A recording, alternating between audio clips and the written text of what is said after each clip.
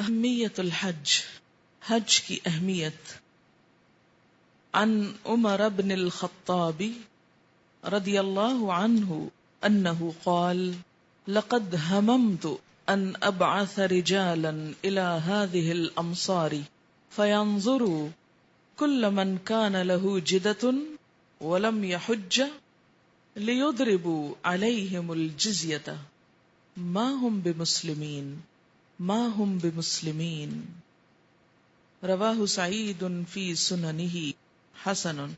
حضرت عمر بن خطاب کہتے ہیں کہ میں نے ارادہ کیا کچھ آدمیوں کو شہروں میں بھیجوں، وہ تحقیق کریں کہ جن لوگوں کو حج کی طاقت ہے اور انہوں نے حج نہیں کیا ان پر جزیہ مقرر کر دیں۔ جزیہ کس سے لیا جاتا ہے؟ نان مسلم سے۔ ایسے لوگ مسلمان نہیں ہیں، ایسے لوگ مسلمان نہیں ہیں۔ اسے سعید نے اپنی سنن میں روایت کیا ہے۔ عن علی رضی اللہ عنہ انہ قال من قدر علی الحج فترکہ فلا علیہ ان یموت یہودیا او نصرانیا رواہ سعید فی سننہ۔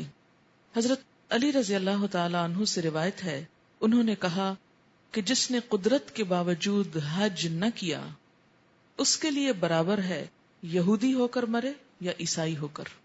اسے سعید نے اپنی سنن میں روایت کیا ہے۔ تو گویا حج اسلام کے ایسے بنیادی فرائض میں سے ہے کہ جس میں کوتاہی انسان کے ایمان تک کو مشکوک بنا دیتی ہے۔ عن ابن عباس رضی اللہ عنہما قال قال رسول اللہ صلی اللہ علیہ وسلم من اراد الحج فلیتعجل فإنه قد يمرض المريض وتضل الدالة وتعرض الحاجة رواہ ابن ماجہ۔ حضرت عبداللہ بن عباس رضی اللہ تعالی عنہ سے روایت ہے کہ رسول اللہ صلی اللہ علیہ وسلم نے فرمایا، جو شخص حج کا ارادہ کرے اسے جلدی کرنا چاہیے، کیونکہ کبھی آدمی بیمار ہو جاتا ہے، سواری کا بندوبست نہیں ہو سکتا یا کوئی رکاوٹ پیش آ جاتی ہے۔ اسے ابن ماجہ نے روایت کیا ہے۔ یعنی بلا وجہ نیک کام میں تاخیر نہیں کرنی چاہیے۔ عن ابن عباس رضی اللہ عنہما عن النبی صلی اللہ علیہ وسلم قال تعجلوا الى الحج یعنی الفریضۃ فإن احدکم لا يدری ما یعرض له رواہ احمد۔ حضرت عبداللہ بن عباس رضی اللہ تعالی عنہ نبی اکرم صلی اللہ علیہ وسلم سے روایت کرتے ہیں کہ آپ نے فرمایا، فریضہ حج ادا کرنے کے لیے جلدی کرو، کیونکہ کسی کو معلوم نہیں کہ اسے کیا عذر پیش آ جائے۔ اسے احمد نے روایت کیا ہے۔ الحج والعمرۃ فی ضوء القرآن، حج اور عمرہ قرآن مجید کی روشنی میں۔ سورۃ آل عمران کی آیت نمبر 97 میں آتا ہے، وَلِلَّهِ عَلَى النَّاسِ حِجُّ الْبَيْتِ مَنِ اسْتَطَاعَ إِلَيْهِ سَبِيلًا وَمَنْ كَفَرَ فَإِنَّ اللَّهَ غَنِيٌّ عَنِ الْعَالَمِينَ۔ لوگوں پر اللہ کا حق ہے کہ جو اس کے گھر تک پہنچنے کی استطاعت رکھتا ہو وہ اس گھر کا حج کرے، اور جو شخص اس حکم کی پیروی سے انکار کرے اسے معلوم ہونا چاہیے کہ اللہ تمام دنیا والوں سے بے نیاز ہے، یعنی اس کو ضرورت نہیں کہ کوئی اس کے گھر میں آئے۔ کیوں؟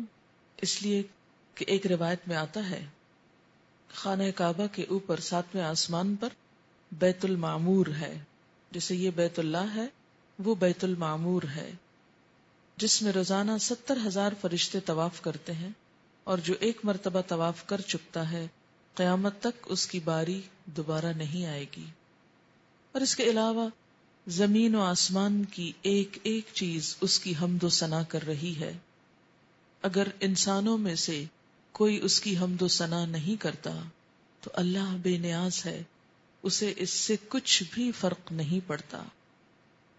الحج اشہر معلومات فمن فرد فیہن الحج فلا رفث ولا فسوق ولا جدال فی الحج وما تفعلوا من خير يعلمه الله وتزودوا فإن خير الزاد التقوى واتقون يا أولي الألباب. حج کے مہینے سب کو معلوم ہے. جو شخص ان مہینوں میں حج کی نیت کرے اسے خبردار رہنا چاہیے کہ حج کے دوران اس سے کوئی شہوانی فعل، کوئی گناہ، کوئی لڑائی جھگڑے کی بات سرزد نہ ہو، اور جو نیک کام تم کرو گے وہ اللہ کے علم میں ہوگا. سفر حج کے لیے زاد راہ ساتھ لے کر نکلو، اور سب سے بہتر زاد راہ تقوی ہے. بس اے عقل والو میری نافرمانی سے پرہیز کرو. تو اس سے کیا باتیں معلوم ہوتی ہیں؟ نمبر 1، حج کے مہینے اللہ تعالی کی طرف سے مقرر کردہ ہیں. نمبر 2، حج کے دوران کوئی شہوانی فعل، لڑائی جھگڑا اور گناہ کا کام حرام ہے. اور نمبر 3، حج کے لیے زاد راہ یعنی راستے کا سامان، مثلا سواری کا ٹکٹ اور کھانے پینے، رہائش کے لیے ضروریات خود فراہم کرنا چاہیے، کسی سے مانگنا نہیں چاہیے، کیونکہ فریضہ اسی طرح ادا ہو سکتا ہے. حج کے مہینے کون سے ہیں؟ شوال، ذوالقعدہ اور ذوالحج کے پہلے 10 دن. اس آیت کے آخر میں اللہ تعالیٰ نے یہ بھی فرمایا کہ وَاتَّقُونِ يَا أُولِي الْأَلْبَابِ، عقل والو مجھ سے ڈرو، یعنی ان احکامات کی پابندی کے لیے میرا احساس اپنے دل میں رکھو. قرآن پاک کی ایک اور آیت سورۃ البقرہ میں آیت نمبر 96 میں ارشاد باری تعالیٰ ہے وَأَتِمُّوا الْحَجَّ وَالْعُمْرَةَ لِلَّهِ، حج اور عمرہ اللہ کے لیے پورا کرو، یعنی نیت صرف اس کی رضا ہونی چاہیے. فَإِنْ أُحْصِرْتُمْ فَمَا اسْتَيْسَرَ مِنَ الْهَدْيِ وَلَا تَحْلِقُوا رُؤُوسَكُمْ حَتَّى يَبْلُغَ الْهَدْيُ مَحِلَّهُ فَمَنْ كَانَ مِنْكُمْ مَرِيضًا أَوْ بِهِ أَذًى مِّن رَأْسِهِ فَفِدْيَةٌ مِّن صِيَامٍ أَوْ صَدَقَةٍ أَوْ نُسُكٍ فَإِذَا أَمِنْتُمْ فَمَنْ تَمَتَّعَ بِالْعُمْرَةِ إِلَى الْحَجِّ فَمَا اسْتَيْسَرَ مِنَ الْهَدْيِ فَمَن لَّمْ يَجِدْ فَصِيَامُ 3 أَيَّامٍ فِي الْحَجِّ و7 إِذَا رَجَعْتُمْ تِلْكَ 10 كَامِلَةٌ ذَلِكَ لِمَن لَّمْ يَكُنْ أَهْلُهُ حَاضِرِ الْمَسْجِدِ الْحَرَامِ وَاتَّقُوا اللَّهَ وَاعْلَمُوا أَنَّ اللَّهَ شَدِيدُ الْعِقَابِ. اس آیت سے کیا معلوم ہوتا ہے کہ نمبر 1، حج اور عمرہ اللہ کی خاطر. نمبر 2، اگر انسان حج اور عمرے کی نیت سے گھر سے نکلے لیکن کسی عذر کی وجہ سے حرم تک نہ پہنچ سکے تو حج یا عمرہ کرنے والا استطاعت کے مطابق ایک اونٹ یا گائے یا بکری قربانی دے کر احرام کھول سکتا ہے. بیماری یا سر کی تکلیف کے باعث قربانی کے دن سے پہلے احرام اگر کسی شخص کو کھولنا پڑے تو اسے روزے رکھنا ہوں گے یا صدقہ دینا ہوگا یا قربانی دینا ہوگی. روزے اور صدقے کے بارے میں نبی صلی اللہ علیہ وسلم نے حدیث پاک میں ارشاد فرمایا، وضاحت فرمائی کہ روزے 3 رکھے جائیں یا 6 مسکینوں کو 2 وقت کے کھانے کے برابر غلہ صدقہ کیا جائے جو تقریباً 7.5 کلو بنتا ہے، یا پھر قربانی جیسے ایک بکری. اسی طرح اور بات کیا معلوم ہوتی ہے کہ میقات سے باہر رہنے والے لوگ حج قران اور حج تمتع ادا کر سکتے ہیں، لیکن میقات کے اندر رہنے والے لوگوں کو حج قران اور حج تمتع کرنا منع ہے. حج قران جس میں حج اور عمرہ ایک ہی احرام کے ساتھ کیے جاتے ہیں. حج تمتع، اس حج میں بھی حج اور عمرہ ساتھ کیے جاتے ہیں، مگر عمرہ کرنے کے بعد احرام کھول دیا جاتا ہے اور حج کے ایام میں دوبارہ احرام پہنا جاتا ہے. اسی طرح جو شخص قربانی نہ کر سکتا ہو اسے 10 روزے رکھنے چاہیے، اور کسی شخص کی طرف سے عمرہ یا حج کی نیت سے احرام باندھ لیا جائے تو اس حج یا عمرہ کو کسی دوسرے شخص کے نام سے نہیں کیا جا سکتا. کیوں؟ اس لیے کہ حج نیت کے ساتھ ہے. جیسے اگر آپ اپنے لیے حج کر رہے ہیں تو اپنے لیے نیت کرنا ہوگی، اور اگر کسی اور کی طرف سے کر رہے ہیں جسے حج بدل کہا جاتا ہے تو اس شخص کی نیت کی جائے گی. ایک دفعہ نیت ہونے کے بعد وہ نیت بدلی نہیں جا سکتی. یہ قربانی جس کا یہاں ذکر ہے اس کو عام طور پر دم دینا کے نام سے جانا جاتا ہے، کہ جیسے احرام کی خلاف ورزی پر دم دیا جاتا ہے تو وہ دراصل کیا ہے؟ قربانی دینا۔ یہ قربانی ہم اپنے ملک میں نہیں کر سکتے۔ اگر کوئی شخص وہاں پر کوئی کمی بیشی کر کے آیا ہے تو اسے حرم کی حدود میں ہی قربانی کرنا ہوگی۔ اگر وہ خود وہاں نہیں پہنچ سکتا تو کسی کے ہاتھ وہ وہاں بھجوائے گا۔ اسی طرح یہ قربانی چونکہ کفارے کی قربانی ہے جس کا ان آیات میں ذکر ہے، اس لیے اس کا سارا گوشت مساکین اور فقراء میں تقسیم کیا جائے گا، نہ خود کھایا جا سکتا ہے اور نہ کسی امیر آدمی کو ہدیہ دیا جا سکتا ہے۔ حالت احرام میں خشکی پر شکار کرنا منع ہے۔ اگر کوئی شکار کرے تو اسے شکار کیے گئے جانور کے برابر قربانی دینا ہوگی۔ سورۃ المائدہ میں ہے یا ایھا الذین آمنوا لا تقتلوا الصید وانتم حرم ومن قتلہ منکم متعمدا فجزاء مثل ما قتل من النعم يحكم به ذو عدل منكم هديا بالغ الكعبة او كفارة طعام مساكين او عدل ذلك صياما ليذوق وبال امره عفى الله عما سلف ومن عاد فینتقم اللہ منہ واللہ عزیز ذو انتقام۔ اے لوگو جو ایمان لائے ہو، احرام کی حالت میں شکار نہ مارو، اور اگر تم میں سے کوئی جان بوجھ کر ایسا کر گزرے یعنی انسان ہونے کے ناطے تو جو جانور اس نے مارا ہو اسی کے ہم پلہ ایک جانور اسے مویشیوں میں سے انعام میں سے نظر دینا ہوگا، جس کا فیصلہ تم میں سے 2 عادل آدمی کریں گے، اور یہ نذرانہ کعبہ تک پہنچایا جائے گا۔ جیسے پیچھے میں نے وضاحت کی کہ کفارہ کی قربانی اپنے ملک میں نہیں ہو سکتی، اسے حرم میں پہنچانا ضروری ہے، یا پھر اسی گناہ کے کفارے میں چند مسکینوں کو کھانا کھلانا ہوگا، یا اس کے بقدر روزے رکھنا ہوں گے تاکہ وہ اپنے کیے کا مزہ چکھے۔ پہلے جو کچھ ہو چکا اسے اللہ نے معاف کر دیا، اور جس نے اس حرکت کا اعادہ کیا تو اس سے اللہ بدلہ لے گا۔ اللہ سب پر غالب ہے اور بدلہ لینے کی طاقت رکھتا ہے۔ یہ آیت ہے 95 سورۃ المائدہ کی۔ آج کل کے حالات میں عموماً ایسا اتفاق کم ہی ہوتا ہے، یہ زیادہ ان دنوں میں ہوتا تھا جب لوگ خشکی کے راستے بعض اوقات پیدل، بعض اوقات اونٹوں پر، گھوڑوں پر سواری کیا کرتے تھے، اور اس میں کئی کئی دن اور مہینے لگ جایا کرتے تھے، بسا اوقات زیادہ راہ ختم ہو جاتا تھا۔ انسان چونکہ انسان ہے نا، بسا اوقات انسان ہونے کے ناطے اس سے ایسے کام ہو جاتے ہیں جو اللہ تعالیٰ نے منع کر رکھے ہیں، پھر انسان ایک گناہ کے بوجھ تلے دب جاتا ہے۔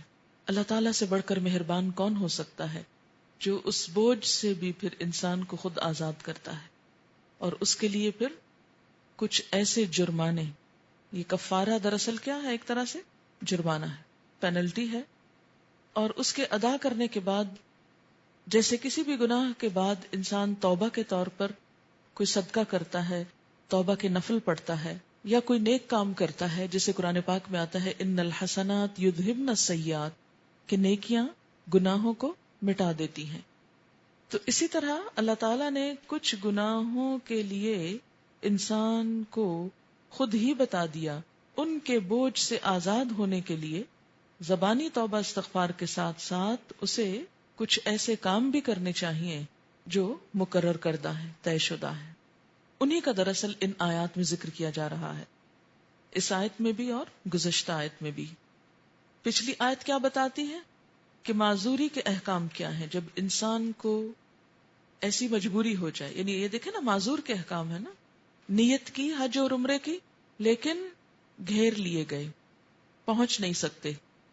اب انسان تو چاہتا ہے جانا لیکن حالات ایسے نہیں کہ پہنچ سکے۔ اسی طرح بال منڈوانے پڑ گئے، کیوں؟ کہ سر میں کوئی تکلیف ہو گئی، مثلاً بہت جوئیں ہو گئی، یا یہ کہ کوئی زخم ہو گیا، یا کوئی چوٹ ایسی آ گئی کہ جس میں بال کاٹنا ضروری تھا، بس سٹیچز کے لیے بسا اوقات بال کاٹنے پڑتے ہیں، اور احرام کی حالت میں بال کٹوانا منع ہے۔ ایسی صورت میں کیا کیا گیا کہ اس کا کفارہ رکھ دیا گیا، اگرچہ اس کو کفارہ نہیں بولا گیا، فدیہ بولا گیا، کہ فدیے کے طور پر کیا کرے؟ وہ صدقہ کرے، قربانی کرے اور پھر روزے رکھے۔ دوسری آیت جو ہے یہ دراصل کن حالات کی ہے؟ جب انسان سے کوئی ایسے کام ہو جائے، مثلا شکار، کہ جس کی ممانعت ہے، لیکن انسان ہونے کے ناطے انسانی کمزوری کے تحت، تو اس صورت میں پھر وہ کفارہ دے، اور اس کفارے کی کچھ تفصیل بیان ہوئی۔ حالت احرام میں سمندری شکار کرنا اور اسے کھانا جائز ہے۔ احل لکم صید البحر وطعامہ متاعا لکم وللسیارہ وحرم علیکم صید البر ما دمتم حرما واتقوا اللہ الذی الیہ تحشرون۔ سورۃ المائدہ آیت 96۔ تمہارے لیے سمندر کا شکار مارنا اور اس کا کھانا حلال کر دیا گیا ہے، جہاں تم ٹھہرو وہاں اسے کھا بھی سکتے ہو اور قافلے کے لیے زاد راہ بھی بنا سکتے ہو، البتہ خشکی کا شکار تم پر حالت احرام میں حرام کیا گیا ہے، لہذا اللہ تعالیٰ کی نافرمانی سے بچو، اس اللہ کی جس کی پیشی میں تم سب کو گھیر کر حاضر کیا جائے گا۔ یعنی اللہ تعالیٰ کو ناراض نہ کرو اس لیے کہ پلٹ کر اسی کی طرف جانا ہے تم کو۔ خشکی میں شکار ممنوع، لیکن سمندر میں مباح یا جائز، حلال۔ کیوں؟ اس لیے کہ دونوں کے حالات میں فرق ہے۔ خشکی کے سفر میں زیادہ راہ ختم ہو جائے تو انسان کچھ اور غذائیں بھی حاصل کر سکتا ہے، لیکن بسا اوقات اگر سمندری سفر طویل ہو جائے اور زیادہ راہ سے مراد کیا ہے؟ ساتھ کھانے پینے کا سامان ختم ہو جائے، تو اس صورت میں سمندر کے جانور کو اگر پکڑنا اور شکار کرنا اور کھانا منع کر دیا جاتا تو خود انسان کی موت بھی واقع ہو سکتی۔ اس سے آپ دین کی وسعت اور دین کی سہولت کا بھی اندازہ لگائیں کہ ہمارے دین میں کوئی ریجیڈیٹی نہیں ہے، ایسا دین نہیں کہ جو انسانی ضرورت اور حالات اور تقاضوں کا احساس نہ کرے۔ سمندر کے جانور کو اگر پکڑنا اور شکار کرنا اور کھانا منع کر دیا جاتا تو خود انسان کی موت بھی واقع ہو سکتی۔ تو اس سے آپ دین کی وسعت اور دین کی سہولت کا بھی اندازہ لگائیں کہ ہمارے دین میں کوئی ریجیڈیٹی نہیں ہے، ایسا دین نہیں کہ جو انسانی ضرورت اور حالات اور تقاضوں کا احساس نہ کرے۔ پابندیاں اپنی جگہ، لیکن جہاں پابندی انسانی نفس کے لیے، انسانی جان کے لیے گراں ہے، اس کی جان کو ہلاکت میں ڈالنے کا سبب ہے، وہاں پابندی ہٹا لی گئی۔ تو اس سے پتہ کیا چلتا ہے کہ لا یکلف اللہ نفسا الا وسعها، یہ ہے دراصل اس آیت کا مفہوم۔ اور دین میں جتنی بھی پابندیاں ہم پر عائد کی گئی ہیں وہ اسی نوعیت کی ہیں جو ہم نبھا سکیں۔ ہمیں دین میں ایسے احکامات نہیں دیے گئے کہ جو ہماری پہنچ سے اور ہماری استطاعت سے باہر ہوں۔ حج فرض ہے، پسندیدہ ہے، لیکن استطاعت نہیں تو کوئی بات نہیں، معاف کر دیا گیا۔ یہ نہیں کہا کہ جیسے تیسے جیو یا مرو، خود کو بیچو اور پہنچو، نہیں، سہولت دے دی گئی۔ اسی لیے سورۃ الحج میں آپ نے وہ آیت پڑھی نا، لِكُلِّ أُمَّةٍ جَعَلْنَا مَنْسَكًا، ہر امت کے لیے ہم نے عبادت کے طریقے مقرر کیے، اور طریقے سے مراد صرف وہ خاص مخصوص کوڈ نہیں، اس سے مراد وہ رخصتیں بھی ہیں کہ کب آپ کو کوئی کام کرنا ہے اور کب اس کے لیے آپ کو رخصت دی جاتی۔ حج یا عمرہ کے دوران صفا اور مروہ پہاڑیوں کا طواف یعنی سعی کرنے کا حکم ہے۔ ان الصفا والمروۃ من شعائر اللہ فمن حج البیت او اعتمر فلا جناح علیہ ان یطوف بہما ومن تطوع خیرا فإن اللہ شاکر علیم۔ یقیناً صفا اور مروہ اللہ تعالیٰ کی نشانیوں میں سے ہیں، لہٰذا جو شخص بیت اللہ شریف کا حج یا عمرہ کرے اس کے لیے کوئی گناہ کی بات نہیں کہ وہ ان دونوں پہاڑیوں کے درمیان سعی کرے، اور جو شخص برضا و رغبت کوئی بھلا کام کرے گا اللہ کو اس کا علم ہے اور وہ اس کی قدر کرنے والا ہے۔ یاد رہے کہ زمانے جاہلیت میں صفا پر اساف اور مروہ پر نائلہ بت رکھے ہوئے تھے، لوگ ان کا طواف کرتے، تو جب مسلمان حج کرنے یعنی اس حالت اسلام میں حج کی باری آئی یا عمرے کی، تو ان کے دل میں یہ کھٹک پیدا ہوئی کہ کہیں یہ دور جاہلیت کی روایت تو نہیں اور اس سے ان بتوں کی تعظیم کا تو کوئی پہلو نہیں نکلتا، تو اسے واضح کر دیا گیا کہ ایسا نہیں ہے، یہ دراصل اللہ کی نشانیاں ہیں۔ حج ادا کرنے کے ساتھ ساتھ تجارت کرنا بھی جائز ہے، یہ بھی دین کی ایک اور رخصت ہے، سہولت ہے۔ دین انسان کا مزاج سمجھتا ہے۔ ہمارے دین میں نیکی کا تصور یہ نہیں کہ انسان کو اذیت دی جائے، اس پر ناقابل برداشت بوجھ ڈالا جائے۔ تقوی اس چیز کا نام نہیں کہ انسان آرٹیفیشل یا غیر حقیقی کاموں میں پڑ جائے۔ دین ہمیں موسٹ پریکٹیکل انسان بناتا ہے، بیکار نہیں کرتا، دین اور دنیا کو ساتھ ساتھ لے کر چلتا ہے۔ یہی دین اسلام کا حسن ہے، اور یہی اس کا دین فطرت ہونا ہے کہ فطرت ضرورت اور اس کے تقاضوں کو ساتھ رکھتا ہے، سامنے رکھتا ہے۔ پھر وقوف عرفات حج کا رکن ہے۔ مزدلفہ میں اللہ کو خوب یاد کرنے کا حکم ہے۔ مشعر الحرام کے قریب وقوف کرنا افضل ہے۔ ان سب باتوں کو ان آیات میں بیان کیا گیا۔ 198 199 سورۃ البقرہ۔ لیس علیکم جناح ان تبتغوا فضلا من ربکم فاذا افضتم من عرفات فاذکروا اللہ عند المشعر الحرام واذکروہ کما ہداکم وان کنتم من قبلہ لمن الضالین ثم افیدوا من حیث افاد الناس واستغفروا اللہ ان اللہ غفور الرحیم۔ اگر حج کے ساتھ تم لوگ اپنے رب کا فضل بھی تلاش کرتے جاؤ تو اس میں کوئی حرج نہیں، یعنی اگر چلتے وقت تجارت کا کچھ سامان بھی لیتے جاؤ، وہاں جا کر بیچ ڈالو یا وہاں سے کچھ ساتھ لے آؤ تو اس میں کوئی حرج نہیں۔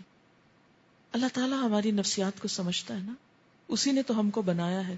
الا یعلم من خلق وہو اللطیف الخبیر، کیا وہی نہ جانے گا جس نے پیدا کیا؟ وہ تو باریک بین باخبر ہے، اس کو تو اندر تک کے احساسات کا پتہ ہے کہ انسان کیا چاہتا ہے۔ تو جائز حدود کے اندر رہتے ہوئے اللہ تعالیٰ نے انسان کو ان چیزوں میں رخصتیں دیں جو انسان کے فائدے کے لیے ہو سکتی۔ اب دیکھیں کہ حج میں کتنا بڑا کراؤڈ ہوتا ہے۔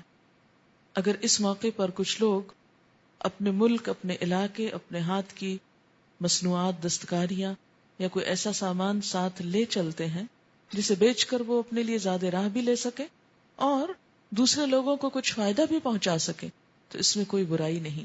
لیکن اس نیت سے حج کرنا کہ بزنس کراتے ہیں اور ساتھ حج ہو جائے گا، حج نمبر 2 ہو اور بزنس نمبر 1 ہو تو پھر اسی کے مطابق اجر ہوگا۔ لیکن اگر مطلوب اللہ کی ذات ہو، اس کی محبت میں انسان نکل رہا ہے، عبادت اور اطاعت میں، اور ساتھ انسان اپنی ضرورت پوری کر رہا ہے، جیسے اب دیکھیے کہ اس سفر میں انسان کھا بھی رہا ہے، پی بھی رہا ہے، سو بھی رہا ہے، چونکہ وہ اللہ کے راستے میں سفر ہے اس لیے کھانا پینا سونا سب کچھ عبادت ہو جاتا ہے۔ تو ایسے ہی تجارت ویسے بھی ایک عبادت ہے۔ اگر اس سفر میں کچھ تجارت بھی کر لی جائے بشرطے کہ عبادت متاثر نہ ہو، یہ نہ ہو کہ لوگ مسجد میں نماز پڑھیں اور آپ باہر بیٹھ کے چیزیں بیچ رہے ہیں، ایسی تجارت نہ ہو کہ جو عبادت سے روک دے، ہاں؟ تو ایسی تجارت بھی پھر ایک عبادت ہو جائے گی۔ کون سی؟ جس میں اللہ کی عبادت پہلی ترجیح ہو۔ اچھا، ہمارے ہاں عموماً کیا تصور پایا جاتا ہے؟ اگر کوئی شخص ایسا کرے تو اس کے بارے میں کیا رائے رکھتے ہیں؟ اچھی رائے رکھتے ہیں، کیونکہ ہم نے تقویٰ کا معیار کچھ اور بنا رکھا ہے۔ ہم لوگوں کی نیتوں پر بھی شک کرتے ہیں کہ ہاں وہ تو گیا ہی اس نیت سے کہ کچھ اس کی تجارت چمک اٹھے۔ کسی کی نیت کے اوپر شک نہ کیا کریں، کیونکہ منہ کے الفاظ لکھے جاتے ہیں، اور مت بولیں۔ آپ نے کسی کے دل میں جھانک کر کہاں سے دیکھ لیا کہ کوئی کس نیت سے جا رہا؟ اور اگر کوئی بری نیت سے جا بھی رہا ہے تو وہ اس کا اور اس کے رب کا معاملہ ہے، آپ اس پر کیوں تبصرے کر کے اپنے اعمال خراب کر رہے ہیں؟ ہو سکتا ہے اس کی نیت کی خرابی کی ساری کمپنسیشن ہماری گفتگو سے ہو جائے اور ہم سب کی نیکیاں اس کو دے دی جائیں، وہ چھوٹ جائے اور ہم پکڑے جائیں۔ کسی کے اندر بھی منکر کو دیکھ کر حق کیا ہے کہ اسے روک لیا جائے، یہ نہیں کہ خود بیٹھ کر گھر میں تبصرے شروع کر دیے جائیں۔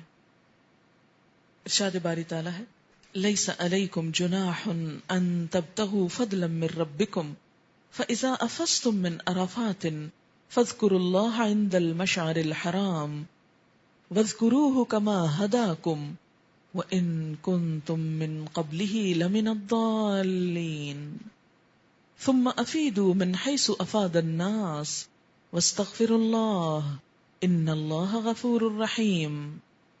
اگر حج کے ساتھ تم لوگ اپنے رب کا فضل بھی تلاش کرتے جاؤ تو اس میں کوئی حرج نہیں۔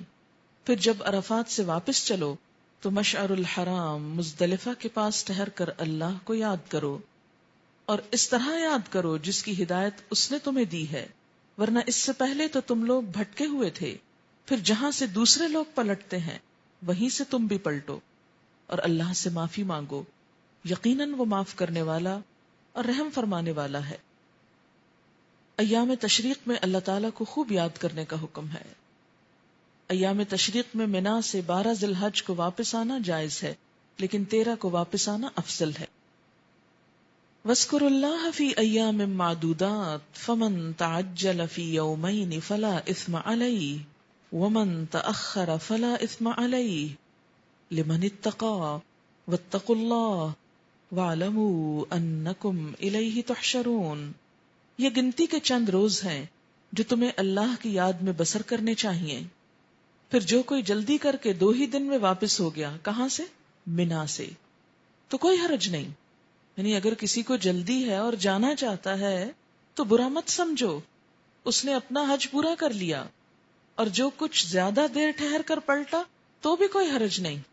نہ جلدی جانے والا لیٹ آنے والے کو برا بھلا کہے، اور نہ رکنے والا جانے والے کو برا سمجھے، بشرطے کہ یہ دن اس نے تقوی کے ساتھ بسر کیے ہوں۔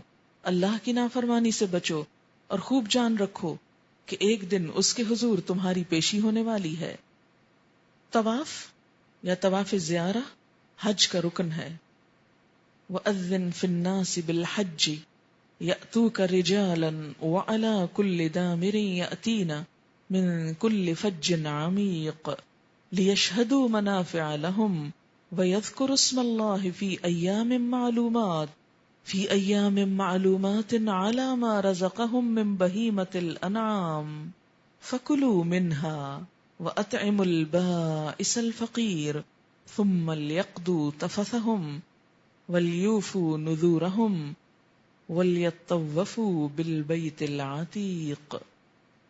سورۃ الحج آیت 27 سے 29 تک اللہ تعالیٰ حضرت ابراہیم علیہ السلام کو حکم دے رہے ہیں، لوگوں کو حج کے لیے اذن عام دے دو، پکارو کہ وہ تمہارے پاس ہر دور دراز مقام سے پیدل اور اونٹوں پر سوار ہو کر آئیں، تاکہ وہ فائدے دیکھیں جو یہاں ان کے لیے رکھے گئے ہیں، اور چند مقرر دنوں یعنی ایام نحر اور ایام تشریق میں ان جانوروں پر اللہ کا نام لیں، یعنی ذبح کریں جو اس نے انہیں بخشے ہیں، خود بھی کھائیں اور تنگ دست محتاج کو بھی دیں، پھر اپنا میل کچیل دور کریں اور اپنی نظر پوری کریں اگر کسی نے مان رکھی ہو، اور قدیم گھر یعنی بیت اللہ کا طواف کریں۔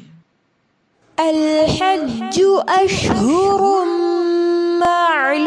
معلومات فمن فرض فیہن الحج فلا رفث ولا فسوق ولا جدال فی الحج وما تفعلوا من خیر يعلمه اللہ وتزودوا فإن خیر الزاد التقوى واتقون یا اولی الالباب۔ حج کے مہینے معلوم ہیں، تو جو شخص ان مہینوں میں حج کی نیت کر لے اور حج میں نہ عورتوں سے اختلاط کرے، نہ کوئی برا کام کرے اور نہ کسی سے جھگڑے، اور جو نیک کام تم کرو گے وہ اللہ کو معلوم ہو جائے گا، اور زاد راہ ساتھ لے جاؤ، کیونکہ بہترین زاد راہ تقوی ہے، اور اے اہل عقل مجھ سے ڈرتے رہو۔